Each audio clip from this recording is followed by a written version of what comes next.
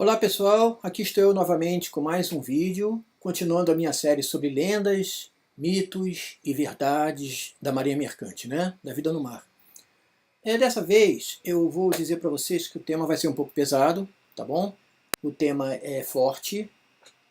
As pessoas que têm assim, que não gostam de ver, saber de coisas assim muito fortes, se preparem, tá? É melhor se vocês não quiserem saber de coisas.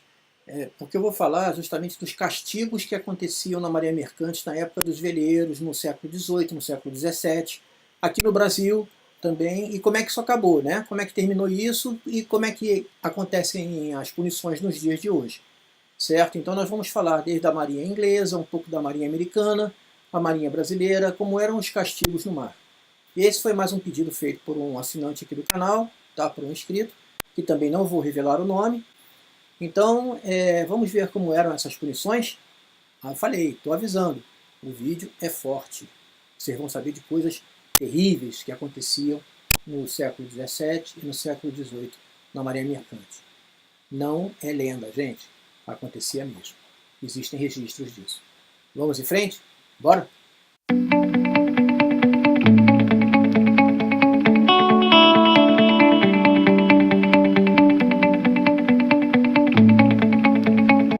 Bom, o início.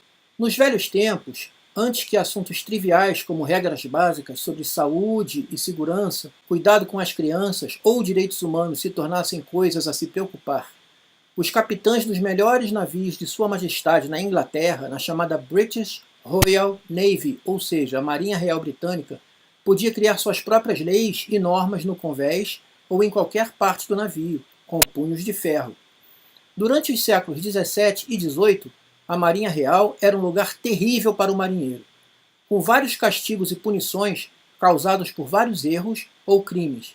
As punições mais leves iniciavam com tapas na cintura e chegavam a punições humilhantes como mergulhos, horários extras de trabalho, pouco tempo para almoçar ou ainda ser chicoteado pelos marujos com esfregões molhados. Esses homens todos viviam juntos por longos dias em regime fechado. Punições severas eram geralmente evitadas para não afetarem o moral da tripulação como um todo. Entretanto, como meios de se descobrirem os fatos verdadeiros, as coisas poderiam ser bem piores. Muitas das punições eram formais, conforme ordenadas pelos comandantes, e eram lançadas e mantidas nos diários de navegação. A disciplina, feita pelo contramestre, era cumprida na hora, sem precisar de uma ordem por escrito. Assim, poderia acontecer a qualquer momento, por qualquer motivo. O contramestre sempre levava consigo uma pequena arma para bater no desafortunado tripulante que havia cometido o erro. Essa arma era normalmente uma corda cheia de nós, um pequeno chicote ou uma cana de açúcar, que era chamada de rattan ou reitan. Às vezes, 3 canas eram amarradas uma na outra, juntas, e eram chamadas de as 3 irmãs. Essas punições, batendo no tripulante, eram um início de punição. O contramestre recebia a ordem para iniciar, até que fosse ordenado a parar. Se ele ficasse com o braço cansado, outro tripulante era chamado para continuar o castigo. Essas ocorrências aconteciam quase que diariamente a bordo. Gente, aqui eu quero fazer uma ressalva. Tudo que eu falar aqui nesse vídeo, tá? Todas as histórias que eu contar aqui dessas punições, elas não refletem a minha opinião a respeito de direitos humanos, a respeito de pena de morte, nada disso, tá? Eu vou me eximir de dar a minha opinião a respeito desse assunto, inclusive aqui no canal eu pretendo nunca tocar nesses assuntos, certo? A minha intenção aqui, nesse vídeo, é contar como eram as punições no século XVII e no século XVIII na Inglaterra, aqui no Brasil, e como é que isso terminou, como é que acabou e como são as punições nos dias de hoje, tá? Essa é a minha intenção.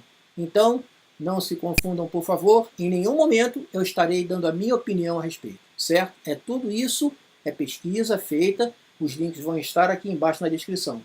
E, por favor, deixem o like, tá? Se inscrevam no canal caso não sejam inscritos, compartilhem, divulguem, ok, gente? Então vamos em frente. A qualquer momento, um oficial poderia bater em um marinheiro faltoso. Se não fosse controlado, um contramestre sádico poderia, e acontecia, causar sérios danos em várias ocasiões. No final das contas, esses fatos levaram à extinção desse castigo em 1811. Existe um filme muito bom sobre esse assunto chamado O Motim no Bounty, ou O Motim a Bordo, tá? Mas a versão é a versão preto e branca, antiga, com Charles Lawton e Clark Gable. Se vocês tiverem a oportunidade de assistir esse filme, vocês vão ter uma ideia excelente de como era a marinha mercante inglesa naquela época. Para vocês terem uma ideia, os marujos eles não eram mais contratados, não. Os oficiais cursavam, faziam cursos e tal, aprendiam a navegar com sextante, aquela coisa toda, com astrolábios, tá? Mas os marujos, eles eram caçados na rua. No filme, você vê as pessoas correndo pelas feiras e os contramestres, as pessoas, os oficiais do navio, correndo atrás, pegando os caras a laço, à força, e levando a força para bordo. Normalmente eram condenados, eram presos, eram párias dali, eram pessoas que não tinham mais nada a perder na vida, eram ladrões. Por isso é que esses castigos existiam.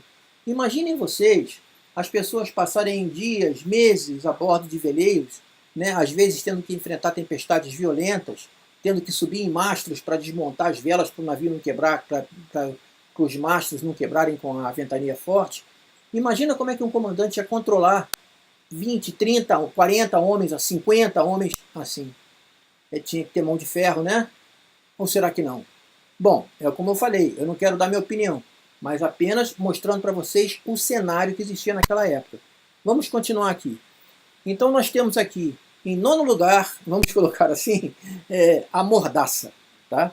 Essa punição era utilizada quando o marinheiro se tornava um pouco abusado ou cometia ofensas menores.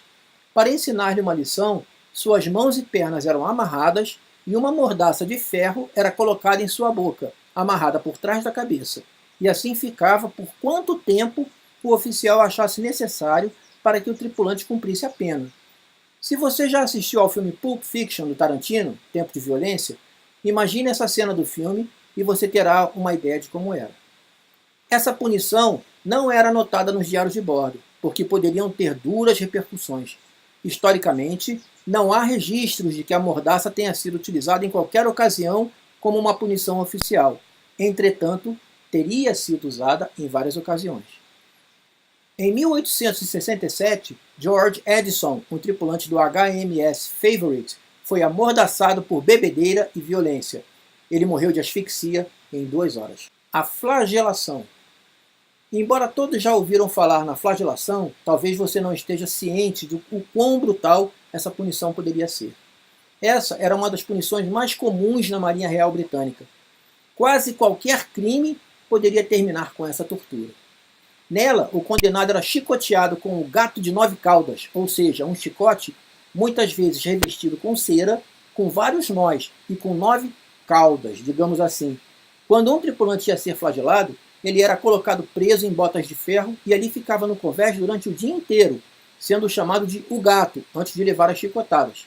E sim, a coisa podia piorar ainda mais para o tripulante. Se ele se recusasse, se fosse ainda rebelde ou se amaldiçoasse enquanto preso, o castigo podia ser aumentado. A tripulação inteira se reunia no convés para testemunhar a punição.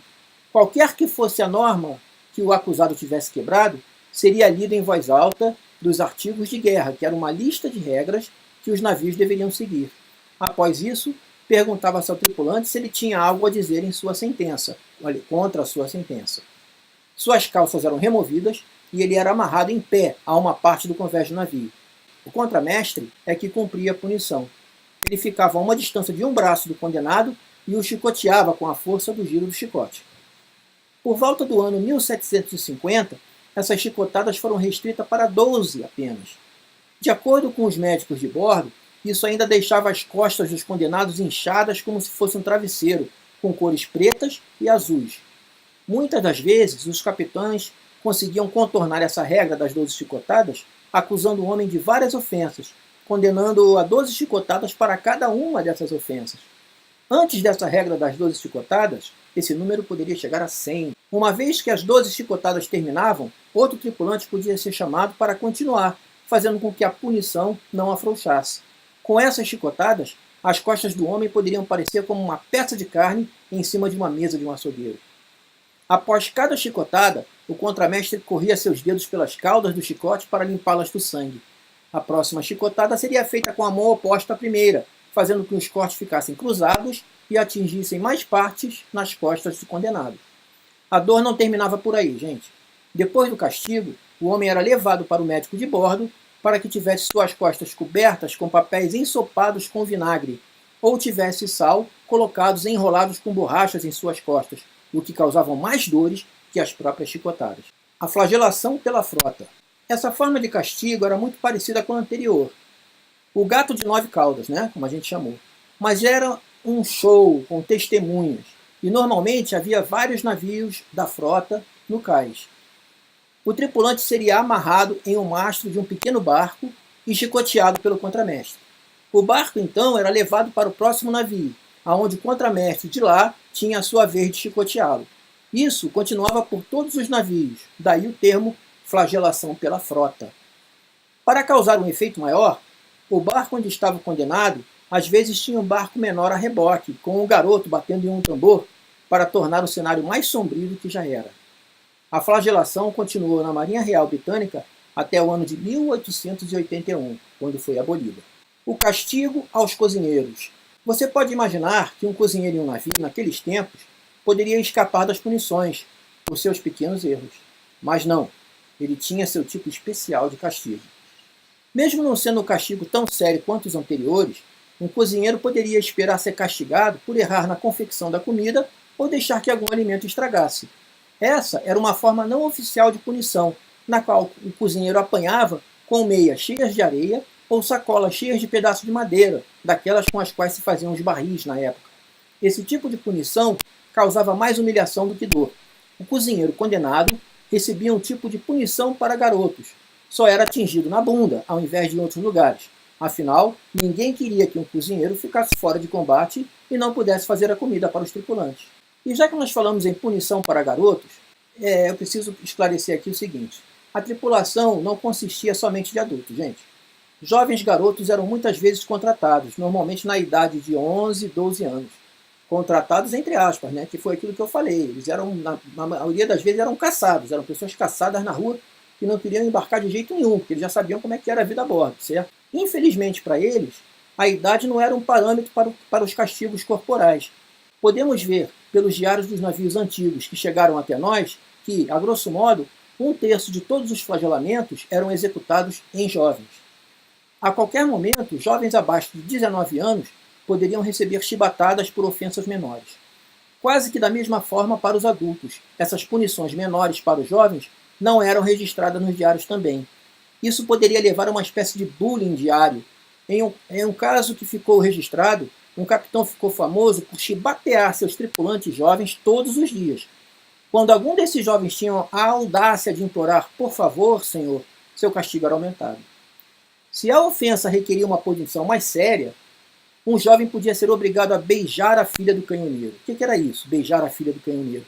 Ele se curvaria sobre um canhão em frente ao restante da tripulação, teria suas calças arriadas e então seria espancado na parte de trás desnuda. Um dos motivos para esse tipo de punição é que os jovens utilizavam muito as mãos nas suas tarefas. Chicotear suas mãos poderiam deixá-los incapazes de trabalhar, ou seja, além de sofrer e sentir dor, eles ainda iam trabalhar, mesmo com as dores da punição. Em meados do século XIX, isso era feito com cana, como é chamado em inglês caning, tá? Porque é feito com cana de açúcar mesmo, uma vara grande. Mas antes eram feitos com um gato de 9 caudas, reduzido, agora chamado de gatinho dos garotos. Na verdade, era um gato de 9 caudas, com 5 caudas apenas. Era um chicote que, ao invés de ter 9 caudas, né, com nós, tinham só 5 caudas. Em raras ocasiões, quando o jovem era sentenciado através de corte marcial, ou seja, ofensa ou agressão ao superior, o gato para os adultos poderia ser usado. Isso aconteceu com Valentine Woods, em 1813. O rapaz de 17 anos foi sentenciado a 60 chibatadas em suas costas nuas por esfaquear um tripulante. Aqui vamos falar agora sobre usando a manopla. Os gamers vão conhecer esse termo como gauntlet, ok? O que era esse castigo pelo gauntlet, pela manopla? Uma das piores coisas que se podia fazer na marinha naqueles dias era roubar os seus próprios colegas marítimos. Nem pensar, gente. Ainda hoje, tá? Ainda hoje o roubo a bordo é uma das piores coisas que pode acontecer e normalmente da justa causa. tá? Demissão por justa causa. Eu vou chegar lá nas punições de hoje em dia. O tipo de punição utilizado nesses casos, naquela época, demonstra que esse era um dos crimes mais odiados a bordo. Para ser executado com gauntlet, o ofensor era despido até a cintura e flagelado com o gato dos ladrões, que nada mais era que o gato de 9 caudas com nós extras, de bônus. O condenado, após isso, tinha que andar com a ponta de uma espada em suas costas, que o forçava a andar por um corredor formado por 2 fileiras de homens, todos eles com gatos dos ladrões nas mãos. Isso é o que nós chamamos comumente de corredor polonês. Para impedir que ele andasse muito rapidamente, ia um oficial na frente dele com um cutelo, uma faca, no peito dele, para que ele ficasse andando mais devagar, não andasse com tanta pressa assim. Enquanto ele atravessava esse corredor, já viu, né? A turma com os gatos dos ladrões, esses chicotes aí que eram mais recheados de nós ainda e mais cheios de cera, saíam chicoteando o cara. Imagina como é que o cara saía do outro lado, né? Após isso, o criminoso era açoitado mais algumas vezes, só para garantir que o castigo fosse eficiente. Embora na maioria das vezes esse tipo de castigo fosse utilizado com ladrões, também era utilizado para outros crimes, como fraude ou sodomia. Essa punição causou várias mortes. Após algumas mortes anotadas nos diários, essa punição foi banida em 1806. Olha, gente, eu estou falando de uma época do século XVII e do século XVIII, ok? Então, não fiquem chocados com as brutalidades e com os preconceitos, com tudo que acontece aqui. Hoje já está tudo mudado, hoje já não se pensa mais dessa forma. Isso foi lá naquela época, certo? Vamos em frente. Olha aqui um problema seríssimo também nos dias de hoje. Olha, dormir no serviço. Isso em navio, gente, desde aquele tempo até hoje é seríssimo. Tá? Por quê? Porque a pessoa que está tomando conta do passadiço, está vendo se vem algum navio na direção, porque o navio é automatizado? Mas ele não percebe quando o navio está em rumo de colisão. Nós é que temos que tirar ele do automático, botar no controle manual e desviar, certo? Uma colisão no mar é uma coisa muito séria, é um erro humano muito grave. Um mar daquele tamanho, a gente conseguir bater em outro navio, vamos pensar um pouquinho, né? Então vamos lá, dormir no serviço. Essa era uma ofensa extremamente séria, já que estar de vigia significava proteger todas as vidas a bordo. É aquele caso, né? Se tem 40 pessoas a bordo, 40 tripulantes estão confiando em você que está lá sozinho no passadiço, não tem mais ninguém acordado. Então você tem que ficar acordado, não tem jeito. Ainda hoje, dormir estando de vigia no passadiço do navio causa demissão, como eu falei ainda há pouco, né? Entretanto, a vida no mar era entediante. Assim, pegar no sono acontecia muito. Se a punição mais severa para esse caso fosse executada para cada um que dormisse, as tripulações acabariam rapidamente. Assim, as punições aconteciam da seguinte forma. Na primeira vez que alguém dormia, era um balde de água fria do mar que era derramado sobre o acusado enquanto os outros riam. Nada de tão sério, né? Na segunda vez que a mesma pessoa dormia, suas mãos seriam amarradas e água fria era derramada dentro da sua camisa. Ainda não vejo assim uma seriedade muito forte. Agora vai começar a complicar. Na terceira vez que a pessoa dormisse em serviço, o marujo seria amarrado ao mastro do navio e seria obrigado a segurar objetos pesados com seus braços estendidos. Na maioria das vezes, eram balas de canhão. Isso se tornava muito doloroso após algum tempo. Além disso, o oficial de serviço tinha permissão para infligir qualquer dor extra que ele quisesse no acusado. A quarta punição colocaria um fim definitivo ao dorminhoco, principalmente porque ele estaria morto após isso. Ele era colocado em uma cesta que era pendurado pelo mastro da proa, aquele mastro pontudo que apontava para a frente do navio, lá na proa. Ele era monitorado por uma sentinela armada que tinha ordens para matar o condenado se ele tentasse escapar. Então, ele era deixado ali até morrer de fome. Entretanto, o prisioneiro tinha algumas opções. Ele era permitido a ter uma faca. Se quisesse cortar os pulsos, podia. Também com a faca ele podia cortar a corda da cesta e cair no mar e se afogar. Certo? Pendurado no mastro. O método da cesta pendurada não era o único meio de execução a bordo. No século XVIII, tais crimes considerados como muito graves, como atacar um oficial, desertar ou ser culpado de práticas indecentes, podiam resultar em execução. Por volta dos anos 1800, isso era mais utilizado para coisas sérias, como motim ou assassinato. Qualquer que fosse o crime nesses níveis, uma corte marcial poderia terminar com o condenado pendurado em um mastro. Diferente do método moderno de enforcamento, que causa uma morte mais rápida, quase que imediata, né?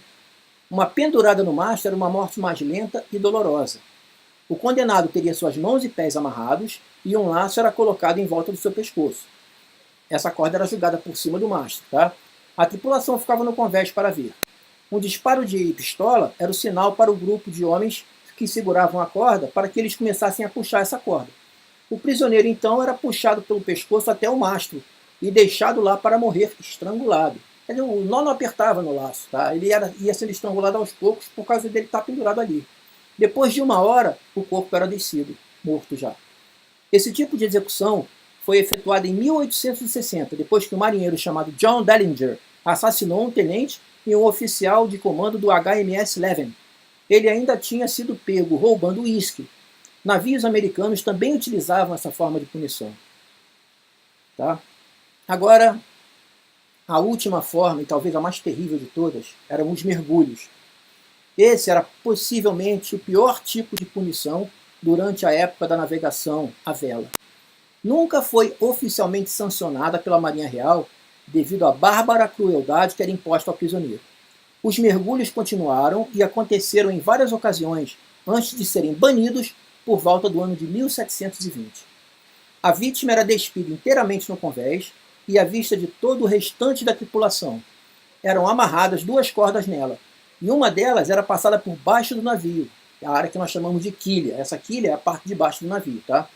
O homem era então pendurado em um dos lados do navio, puxado por baixo da água e do navio, sendo arrastado pela quilha, pela segunda corda, até que ele aparecesse, surgisse do outro lado. Ficava um de cada lado do navio, certo? Eles julgavam o homem amarrado de um lado e o outro ficava com a outra ponta da corda do outro lado do navio, ia puxando a corda e o outro ia soltando. Quer dizer, o cara mergulhava e passava por baixo até sair do outro lado. Só que eles amarravam pesos nas pernas do homem para garantir que ele passasse realmente arrastando na quilha. Só que senão ele ia flutuar, ele não ia arrastar pela quilha como era a intenção do castigo, né? Então isso resultava em vários afogamentos. Mas se isso não o matasse, ele teria outros problemas a enfrentar. A parte do navio que fica embaixo d'água, principalmente nos navios de madeira, ficam cheios de craca, sabe? Aquelas conchinhas, craca meio pontudas. Assim como alguém que tropeça em pedras em uma praia rochosa com várias cracas nas pedras, pode confirmar. Essas cracas são bem afiadas, muito afiadas mesmo. Seria como ser arrastado ao longo de uma lâmina afiada. Essas cracas arrebentavam com a carne do homem. Se ele conseguisse sobreviver a esse terrível evento, ele certamente teria muitas cicatrizes para o resto da vida. Então, gente, esses eram os castigos que aconteciam na Real Marinha Britânica, tá? E que terminou por volta de 1810, 1811, por aí, já no século XIX, certo? E no Brasil, como é que foi? No Brasil, nós temos notícias das chibatas, tá? E aconteceu aqui o que a gente chamou de a Revolta da Chibata. Vamos ver essa história, como é que foi. Na noite de 22 de novembro de 1910, olha só, 100 anos depois que foi abolido esse tipo de punição lá na Inglaterra, no Brasil ainda existiam as chibatadas, certo? Então, na noite de 22 de novembro de 1910, dia que o Marechal Hermes da Fonseca completava sua primeira semana como presidente da República, teve início no Rio de Janeiro, então capital do Brasil, a chamada Revolta da Chibata, protagonizado por marinheiros da Armada Brasileira. O movimento defendia, entre outras coisas, o fim dos castigos físicos aplicados aos graduados da Marinha, como a chibata, por exemplo. Tinha chibata, tinha 3 mergulhos, que era passar por baixo da quilha, igual na Inglaterra. Só não tinha, acho que o pendurado no mastro, que isso não existia não. Mas a chibata, os 3 mergulhos tinham. E também tinha a prisão no camarote. A pessoa ficava presa dentro do quarto dela e não podia sair. Os castigos suspensos pela Armada, logo após a proclamação da República, foram retomados no ano seguinte, como forma de controle e punição dos marinheiros, em sua maioria negros e pobres. Poderiam receber chibatadas aqueles que cometessem faltas graves, como, por exemplo, desrespeito à hierarquia militar. Gente, nós estamos em 1910 aqui, tá? Os castigos físicos, porém, contrastavam com as punições aplicadas pelas marinhas de outros países e a seus graduados, principalmente com a fase modernizada vivida pela Armada Brasileira na época. Embora a escravidão já tivesse sido abolida, oficialmente há mais de 20 anos antes, o uso da chibata pela oficialidade branca reproduzia, de certa forma, a mesma relação estabelecida entre os escravos e seus senhores até o final do século XIX. A eclosão do movimento. Depois de ferir um oficial de bordo do navio Minas Gerais, o marinheiro Marcelino Rodrigues de Menezes foi condenado a receber 250 chibatadas, como castigo.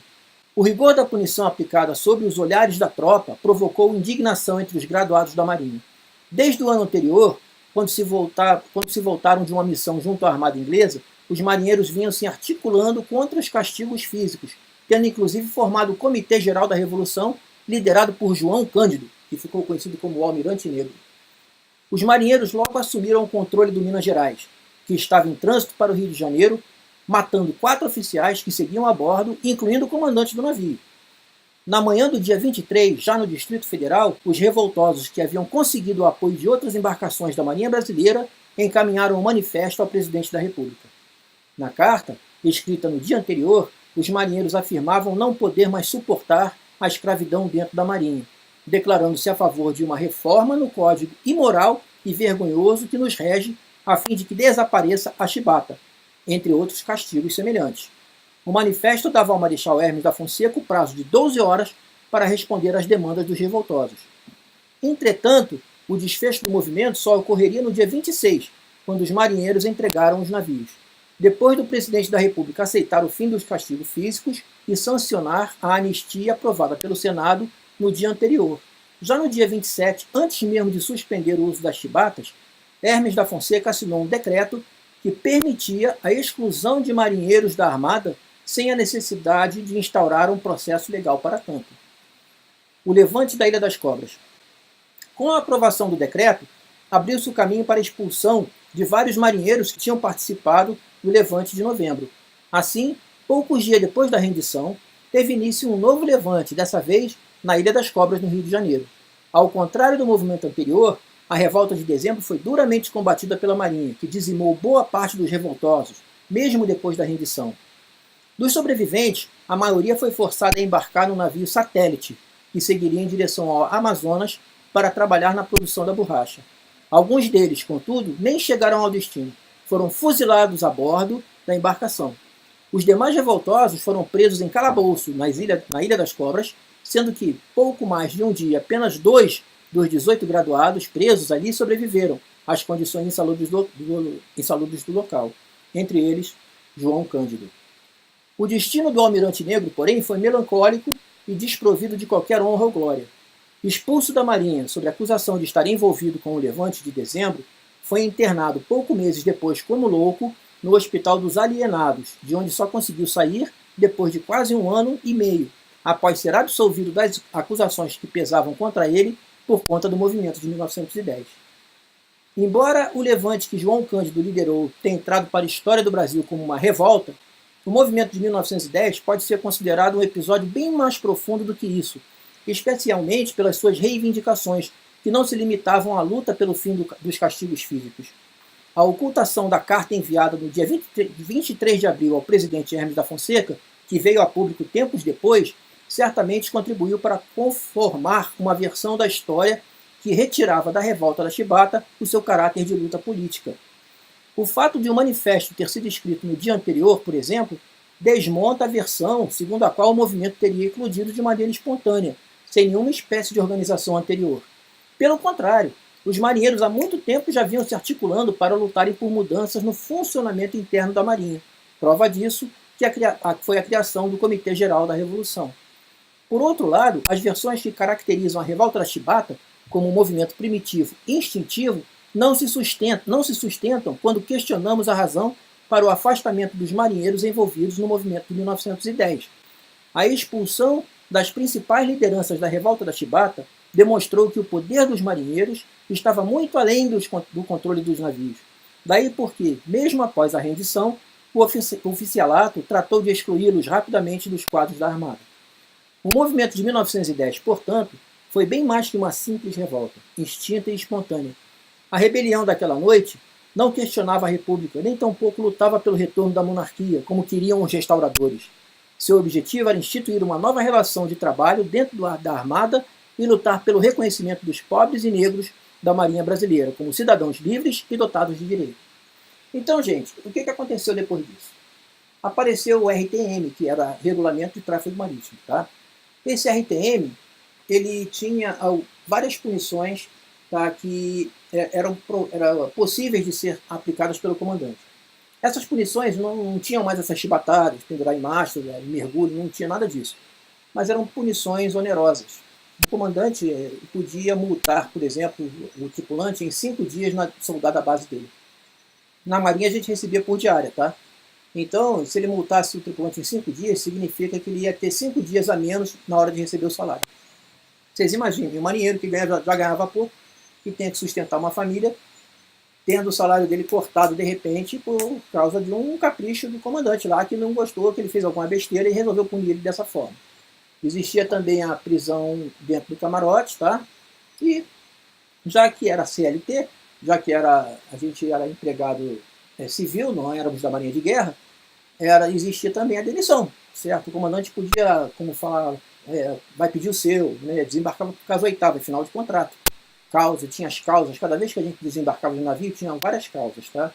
Desembarcando por doença, desembarcando por briga ou agressão a bordo, desembarcando por necessidade de trabalho, desembarcando por doença adquirida a bordo, acidente de trabalho, por doença adquirida em terra, e também a oitava, que era fim de contrato. Então, e tinha a sétima também, que era mútuo acordo, quando a pessoa decidia sair da empresa. Falava, não, eu quero ir embora, não quero mais trabalhar nessa empresa, então era a sétima causa.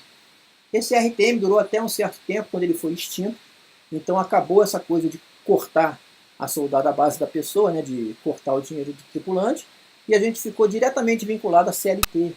E mais algumas normas da Marinha, que teve a LESTA, a RELESTA, tá? Teve também, tem as normas de procedimentos em cada porto, normas de procedimentos no Rio de Janeiro, normas de procedimentos da Capitania dos Portos no Espírito Santo, e por aí vai.